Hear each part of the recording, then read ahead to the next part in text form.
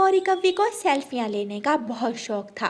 वो जिस भी जगह कालू कव्वे और जग्गू के साथ घूमने जाती, सबसे पहले अपना फोन निकालती और सेल्फी बनाने लग जाती। आज वो तीनों मेले में गए थे। गौरी बस करो अब सेल्फियां बनाना। सारी सेल्फियां तो तुम फिल्टर में बनाती हो, कभी असल कैमरे में सेल्फी बनाओ तो लग पता जाए तुम्हें अपनी शक्ल का। तुम तो बस हर समय मेरे हुस्न से जलते हो और मुझे फिल्टर का कह रहे हो। खुद तो तुम फिल्टर में भी अच्छे नहीं आते, इसलिए कभी सेल्फी नहीं बनाई तुमने। अच्छा अब सेल्फियां छोड़ो, सुबह से हम यहाँ आए हुए हैं, अब हमें घर जाना चाहिए। बस 2 मिनट रुको, मैं उस बड़े से झूले के साथ अपनी सेल्फी बना लूं और एक सेल्फी मैं इस छेले के साथ भी बनाऊंगी।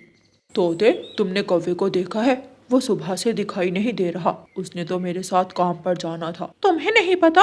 वो तो मेले पर गया है। क्या तुम्हें बताकर गया था? अरे नहीं नहीं, उसकी पत्नी जहाँ भी जाती है सबसे पहले वहाँ की सेल्फी अपलोड कर देती है। अब कोई परदेश भी बैठा हो तो उसको भी पता लग जाएगा कि दोनों पति पत्नी कहाँ है। जग्गू, गौरी और कालू कव्वा घर वापस आ जाते हैं। मेरी सेल्फी रानो, हरियाली और फाख्ता ने देख ली। अब तो मन ही मन मेरी खूबसूरती देखकर वो तीनों जल रही होंगी। मेरा तो मन करता है कि उनकी जली हुई शक्लों के साथ भी एक दिन सेल्फी बनाऊं। कितना मजा आएगा, एक यादगार फोटो बन जाएगी। अगले दिन रानो चिड़िया अपने घर से बाहर निकलती है तो गौरी कव्वी फूलों के पास खड़ी थी और सेल्फी बना रही थी। गौरी सेल्फी बनाने लगती है कि रानो वहाँ आ जाती है। गौरी, क्या कर रही हो? ओहो रानो, मेरी सेल्फी खराब कर दी तुमने। इतनी सुबह सुबह कौन सेल्फी बनाता है? तुम्हें घर में कोई काम नहीं?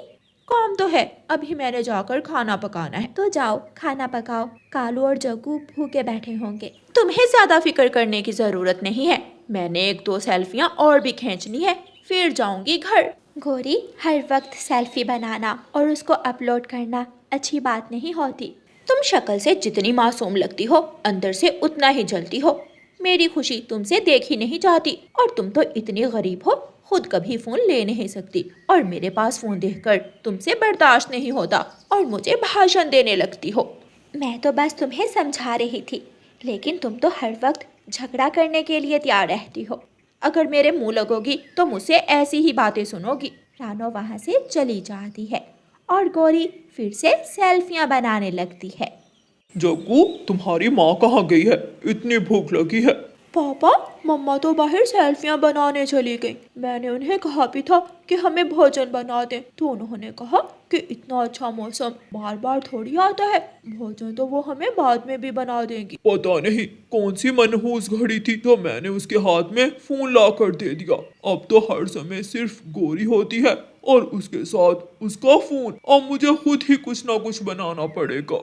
इसी तरह दिन गुजरते रहे। गौरी अपनी नई नई सेल्फियाँ लेती है और बाकी पक्षी अपने काम करते हैं। एक दिन गौरी कव्वी, रानो चिड़िया, हरियाली तोती और फाख्ता एक पेड़ पर बैठे हुए थे। हरियाली कहती है, मैं तो बहुत बोर हो रही हूँ, कब से अपने घर के कामों में लगी हुई हूँ। मेरा मन करता है कहीं घूमने जाऊं। तुम कितनी लकी हो गौरी, हर समय कहीं ना कहीं घूमने चली जाती हो। कालू तो मुझे कहीं ले जाने पर राजी नहीं होता, पर मैं भी गौरी हूँ, अपनी जिद पूरी करवा ही लेती हूँ। पिछली बार जब हम घूमने गए थे तो कितना मजा आया था। हाँ, मुझे भी वो दिन याद आते हैं। गौरी, तब तो तुम सेल्फियाँ लेते लेते गुम हो गई थी, फिर हम सब ने मिलकर तुम्हें ढूंढा था। मैं खोई नहीं थी, बस तुम सबके साथ मजाक कर रही थी। क्यों ना हम सब फिर कहीं जाने का प्लान बनाएं। अब रोज इसी जंगल में रहते हैं, कभी तो हमारा भी बनता है दूसरे जंगलों की सैर करना। अगर तुमने मजे करना है तो मेरी बात मानो, हम सब पहाड़ों वाले जंगल जाते हैं। वहाँ जगह जगह प्यारे प्यारे फूल हैं, एक खूबसूरत नदी भी है और बड़े बड़े पहाड़ हैं। वहाँ सेल्फियाँ बनाने का बहुत मजा आता है। गौरी, तुम्हारी हर बात सेल्फी से शुरू होकर सेल्फी पर ही खत्म होती है। फिर हम सब कल सुबह निकलेंगे ताकि शाम को वापस आ जाए।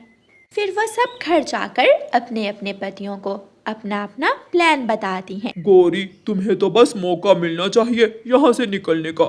यह पहाड़ों वाले जंगल का आइडिया भी तुमने ही दिया होगा।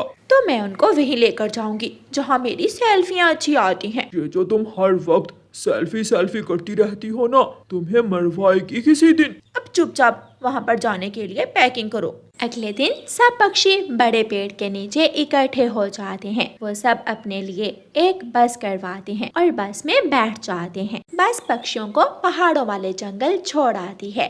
पक्षी पहाड़ों वाला जंगल देखकर खुश हो जाते हैं। कालू, ये सब बेचारे तो यहाँ पहली बार आए हैं। अब हम दोनों मिलकर इनको जंगल घुमाएंगे। हम तो यहाँ इतनी बार आ चुके हैं। तुम बस थोड़ी देर के लिए अपना फोन बंद रखना तो सब काम हो जाएगा। फिर गौरी और कालू सब पक्षियों को नदी पर लेकर जाते हैं। दोस्तों, ये है इस जंगल की सुंदर सी नदी। हमारे जंगल में जो नदी है वो तो इसके मुकाबले में कुछ भी नहीं। रानो, मेरी फोटो बनाना इसके साथ। इस तरह गौरी जो जगह पक्षियों को दिखाती है, साथ साथ अपनी सेल्फी भी लेती जाती है। आखिर में सब पहाड़ों वाली जगह आते हैं। ये पहाड़ तो कितने ऊंचे हैं, यहाँ से तो नीचे देखते हुए भी डर आता है। जब मैं पिछली बार आई थी तो इस बड़े पहाड़ पर चढ़कर मैंने सेल्फी ली थी, आज भी लूंगी। गौरी, ध्यान से, ये जगह बहुत खतरनाक है, कहीं तुम गिर ना जाना। डरो मत, कुछ नहीं होता, सेल्फियां तो मैं लेकर ही रहूंगी। गौरी कभी पहाड़ पर चढ़ जाती है, लेकिन जैसे ही वो सेल्फियां लेने लगती है, उसका पंजा पहाड़ की चोटी पर फिसलता है और गौरी ऊंचे पहाड़ की चोटी से नीचे गिर जाती है। सब पक्षी भागे भागे गौरी के पास जाते हैं। गौरी के पंख टूट जाते हैं। मेरे पंख, हाय मेरे पंख टूट गए, हाय हाय। हमने तुम्हें पहले ही समझाया था कि यहाँ सेल्फियां लेना खतरनाक है। गौरी बहुत रोती है, लेकिन अब उसके पंख कभी वापस नहीं आने थे और ना ही वो अब कभी उड़ सकती थी। प्यारे दोस्तों, इस कहानी को लाइक, अपने दोस्तों के साथ शेयर और चैनल को सब्सक्राइब करना बिल्कुल मत भूलना। आपका धन्यवाद। कालू कौवा और गौरी कौवी जंगल से लकड़ियां काट रहे थे। नदी पर लकड़ियों का बना हुआ पुल गुजरकर एक काली बिल्ली उस जंगल में आती है और पेड़ों के पीछे छुपकर गौरी और कालू को घूरने लगती है। मियाँ, इस जंगल में तो बहुत पक्षी हैं। मैं छुपकर इस जंगल में रहूंगी और एक एक करके इस जंगल के सारे पक्षी खा जाऊं। मियाँ। बिल्ली छुपी हुई ऐसे सोच रही थी कि गौरी कौवी काली बिल्ली को देख लेती है। बिल्ली, बिल्ली, कालू, वहाँ काली बिल्ली है। गौरी का शोर सुनते ही काली बिल्ली झाड़ियों में छुप जाती है। कहाँ है बिल्ली? वहाँ तो कुछ नहीं है। मैंने अपनी आंखों से काली बिल्ली को देखा है, वो झाड़ियों में छुप गई है। कौवा और कौवी अपनी लकड़ियाँ उठाकर अपने घर चले जाते हैं। जग्गू बेटा, जंगल में एक काली बिल्ली आ गई है, अब तुमने अकेले बाहर नहीं जाना। मम्मा, मैं नहीं डरता काली बिल्ली से, मैं जाऊंगा बाहर। बेटा जग्गू, बिल्ली पक्षियों को खा जाती है और छोटे पक्षियों को तो बिल्ली बहुत जल्दी पकड़ लेती है। गौरी कौवी भागी भागी रानो चिड़िया के पास जाती है। चिड़िया, मैंने आज जंगल में एक काली बिल्ली देखी है। हाय, मैं मर गई। काली बिल्ली, मेरे तो बच्चे भी अभी छोटे हैं। चिड़िया, अब हमें अपने बच्चों को किसी सुरक्षित जगह छोड़कर ही दाना पानी लेने जाना होगा। हम सब अपने बच्चों को एक जगह इकट्ठा छोड़कर दाना पानी लेने जाया करेंगे। फिर दूसरे दिन जब पक्षी दाना पानी लेने जाने की तैयारी करते हैं, तो वो अपने बच्चों को रानो चिड़िया के घर ले आते हैं। रानो, मेरे घर का दरवाजा टूटा हुआ है, इसलिए मैं कीकी को यहाँ छोड़ने आया हूँ। रानो चिड़िया, मैं भी जग्गू को ले आया हूँ। कौवे भैया, आप जल्दी से जाएं और मिट्ठू से कहें कि छोटे मिट्ठू को भी यहाँ ले आए। मेरे घर का दरवाजा मजबूत है, यहाँ बच्चे सुरक्षित रहेंगे। अपने बच्चों को रानो चिड़िया के घर छोड़ने के बाद बड़े पक्षी दाना लेने चले जाते हैं। मियाँ, भूख सता रही है, जंगल जाती हूँ, शायद कोई छोटा पक्षी मेरे जाल में फंस जाए। मियाँ। भूखी काली बिल्ली आहिस्ता आहिस्ता चलती हुई छुपती छुपाती जंगल जाती है। दोस्तों, सब यहाँ आ जाओ, हम सब एक जगह बैठेंगे और अगर किसी ने दरवाजे पर दस्तक दी तो पूछकर दरवाजा खोलेंगे। लेकिन मैं काली बिल्ली से नहीं डरता, मैं उसे अपने पंजों से मार दूंगा। जग्गू भाई, ऐसा सोचना भी मत, काली बिल्ली बड़े बड़े पक्षियों को खा जाती है। मियाँ मियाँ, कोई है इस घर में? कोई है जो मुझसे मिठाई ले ले? कुकू, छोटे मिठू, देखो देखो, बाहर कोई है। कोई भी दरवाजा नहीं खोलेगा। मैं मिठाई बांट रही हूँ, मैं बुलबुल हूँ, कोई मुझसे मिठाई ले ले। दोस्तों, आप सब ऐसे ही डर रहे हो, बुलबुल आंटी मिठाई बांट रही है। मम्मा ने कहा था कि कोई भी हो दरवाजा मत खोलना। लेकिन शरारती जग्गू किसी की नहीं सुनता और जल्दी से दरवाजा खोल देता है। काली बिल्ली तुरंत घर के अंदर घुस जाती है। सारे बच्चे डर के मारे एक कोने में बैठ जाते हैं। म्याऊं! इतने सारे बच्चे एक ही जगह मिल गए। वाह वाह, आज तो मेरी पार्टी हो जाएगी। काली बिल्ली आगे बढ़ती है और सबसे पहले जग्गू कौवे को ही पकड़ लेती है। बिल्ली आंटी, मुझे छोड़ दें, मुझे छोड़ दें। गुड़िया बहादुरी से काम लेती है और आहिस्ता आहिस्ता से रसोई में जाती है। गुड़िया रसोई से लाल मिर्ची वाला डिब्बा लेती है और पीछे से जाकर काली बिल्ली की आंखों में लाल मिर्ची डाल देती है। काली बिल्ली की आंखें बंद हो जाती हैं। म्याऊं! बच्चों बच्चों, ये क्या डाल दिया है तुमने मेरी आंखों में? मेरी आंखों में बहुत जलन हो रही है। म्याऊं म्याऊं। काली बिल्ली घर की दीवारों से टकरे मारने लगती है। दोस्तों जल्दी करो, सब घर से बाहर निकल जाओ। फिर वो सब दोस्त घर से बाहर निकल जाते हैं और गुड़िया दरवाजे की बाहर से कुंडी लगा देती है। म्याऊं म्याऊं। बच्चों मुझे माफ कर दो, दरवाजा खोलो, मैं भाग जाऊंगी। मैं ये जंगल छोड़कर दूसरे जंगल चली जाऊंगी। म्याऊं। काली बिल्ली, तुम मुझे खाने वाली थी, अब तो हमारे मम्मा पापा आकर ही तुम्हें माफी देंगे। दोस्तों दाना इकट्ठा कर लिया, अब जल्दी से घर चलें, बच्चे घर में अकेले हैं। अगर काली बिल्ली आ गई तो वो हमारे बच्चों को खा जाएगी। सारे पक्षी अपना अपना दाना लेकर घरों को वापस आते हैं। बच्चों को घर से बाहर बैठे हुए देखकर सभी बड़े पक्षी परेशान हो जाते हैं। बच्चों आप सब घर से बाहर क्यों बैठे हुए हो? मम्मा मम्मा, काली बिल्ली आई थी और जग्गू ने दरवाजा खोल दिया। जग्गू बेटा, मैंने आपको मना भी किया था, लेकिन आपने फिर से शरारत की। लेकिन अब काली बिल्ली कहाँ है? किसी को कोई नुकसान तो नहीं पहुंचाया काली बिल्ली ने?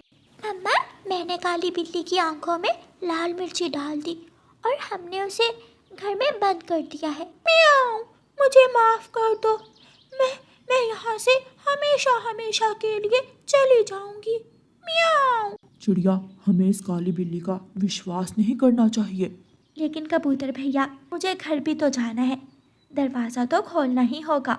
चिड़िया दरवाजा खोल देती है और काली बिल्ली छलांग लगाकर घर से भाग जाती है। वो कभी किसी पेड़ से टकराकर गिरती तो कभी झाड़ियों से। सभी पक्षी काली बिल्ली को ऐसे भागते हुए देखकर हंसने लग जाते हैं। रानो चिड़िया, हमें गर्व है आपके बच्चों पर, जिन्होंने सबकी जान बचाई। रानो चिड़िया भी अपने बच्चों की अकल पर बहुत खुश थी। फिर सारे पक्षी अपने अपने घरों को चले जाते हैं। प्यारे दोस्तों, इस कहानी को लाइक, अपने दोस्तों के साथ शेयर और चैनल को सब्सक्राइब करना बिल्कुल मत भूलना। आपका धन्यवाद। घर का किराया ना दे होने के कारण कालू कौवा रानो चिड़िया को घर से बाहर निकाल देता है। कौवे भैया कृपया करें, मैं ऐसे मौसम में कहाँ जाऊंगी? आसमान पर गहरे बादल छा रहे हैं, क्या पता कब बारिश शुरू हो जाए। मेरी तरफ से नर्क में जाओ, जब तक घर का किराया नहीं दोगी मैं तुझे दोबारा इस घर में आने की इजाजत नहीं दूंगा। रानो चिड़िया रोती हुई अपना थोड़ा बहुत सामान उठाती है और अपनी छोटी सी बेटी को साथ लेकर वहाँ से चली जाती है। रानो चिड़िया जंगल के दूसरे कोने में पुराने कुएं के पास एक छोटा सा तिनकों का घोंसला बनाकर उसमें रहने लगती है। मम्मा, मुझे बहुत भूख लगी है, मुझे कुछ खाने को दे। गुड़िया बेटी, घर में तो कुछ भी नहीं है, मैं किसी पड़ोसी से कोई खाने की चीज लेकर आती हूँ। मम्मा चिड़िया जैसे ही घर से निकलती है, तेज बारिश शुरू हो जाती है। रानो चिड़िया पड़ोसी पक्षी के दरवाजे पर जाकर दस्तक देती है। मुझे गरीब की मदद करें, मुझे खाना दें। वो घर एक तोते का था। तोता दरवाजा खोलता है। चिड़िया, मेरे पास एक मीठा फल है, मैं अभी आपको वो मीठा फल ला कर देता हूँ। तोता अपने घर से मीठा फल लाकर रानो चिड़िया को दे देता है। शुक्रिया तोते भैया, आपका ये एहसान होगा मुझ पर।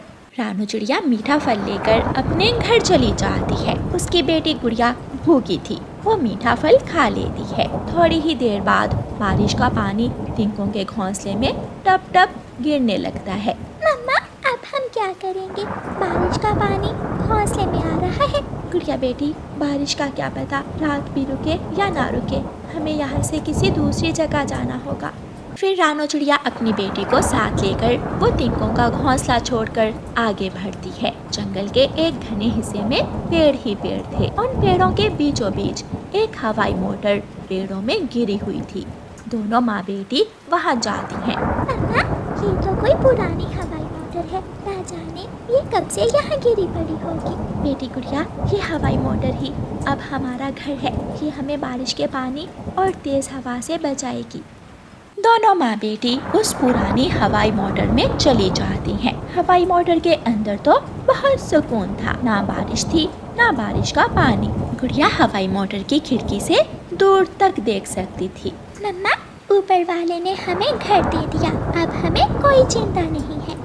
लालची कौवा जंगल जा रहा था। बारिश की वजह से सभी पक्षी अपने घरों में छुपे हुए थे। कौवा आम के पेड़ से सारे आम तोड़ लेता है। लूसी, देखो देखो, वो देखो, कालू कौवे ने आम के पेड़ से सारे ही आम तोड़ लिए हैं। मुझे जाकर उसे रोकना होगा। कबूतर अपने घर की खिड़की से कौवे को देखता है और जल्दी से घर से निकलता है।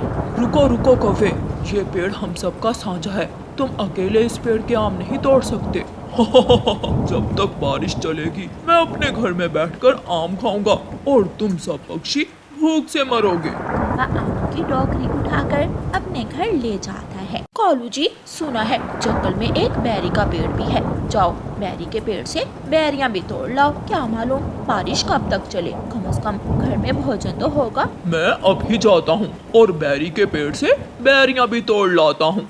कौवा आमों की टोकरी घर में रखकर बेरी के पेड़ की तरफ चला जाता है। वो बेरी के पेड़ से बेरियां तोड़ लेता है। बेचारी बूढ़ी फाख्ता कौवे को देखकर वहाँ आती है और उसे मना करती है। कौवे, ऐसे मत करो, ये बेरियां हम सब की हैं। हम सब बारिश के दिनों में बेरियां खाएंगे। तू कौन होती है मुझे रोकने वाली? कौवा बूढ़ी फाख्ता को धक्का देकर गिरा देता है और वहाँ से चला जाता है। सभी पक्षी अपने घरों में भूखे थे। वो सब बहुत परेशान थे। गुड़िया हवाई मोटर की एक सीट को हटाती है तो वहाँ दाल की बड़ी बड़ी बोरियां पड़ी थी, जिन्हें देखकर गुड़िया शोर मचाती है। मम्मा, देखे देखे, यहाँ ढेर सारा दाल का दाना है। मम्मा चिड़िया वहाँ आती है और खुश हो जाती है। जब तक भी बारिश हो, अब हमें कोई चिंता नहीं है। घर भी है और दाना भी। अब तो हम माँ बेटी यहाँ बारिश का मजा लेंगी।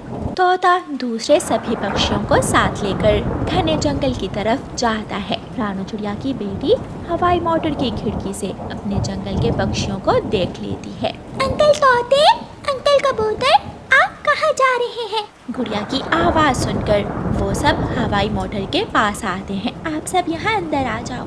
रानो चिड़िया अपने दोस्तों को हवाई मोटर के अंदर ले जाती है और उन्हें दाल का दाना खाने को देती है। रानो चिड़िया, तुमने हम सबकी जान बचा ली। तोते भैया, जब तक चाहें आप यहाँ रुक सकते हैं। आपको दाना पानी सब मिलेगा।